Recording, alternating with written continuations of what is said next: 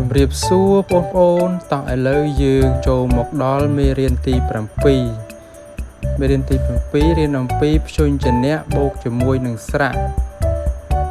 ថ្ងៃនេះយើងរៀនពីព្យញ្ជនៈអក្សរឆតោះឥឡូវយើងចាប់ផ្ដើមអានទាំងអស់គ្នាព្យញ្ជនៈអក្សរឆ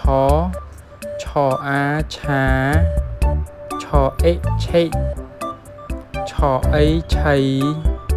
ឆអឺឆើឆអើឈើឆអូឈុឆអូឈោឆអ៊ូឈួឆអើឆើឆអឺឈឿឆអៀឈៀឆអេឆេឆអេឆែឆអៃឆៃឆអោឆោឆអៅឆៅឆអ៊ុំឈុំឆអំឆំ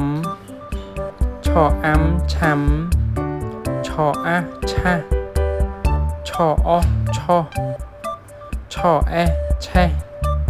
ឆអឆោតោះបងប្អូនអានសារឡើងវិញព្យញ្ជនៈអក្សរឆឆអាឆាឆអិឆិឆអីឆៃឆអឺឈើឆអើឈើឆអូឈុ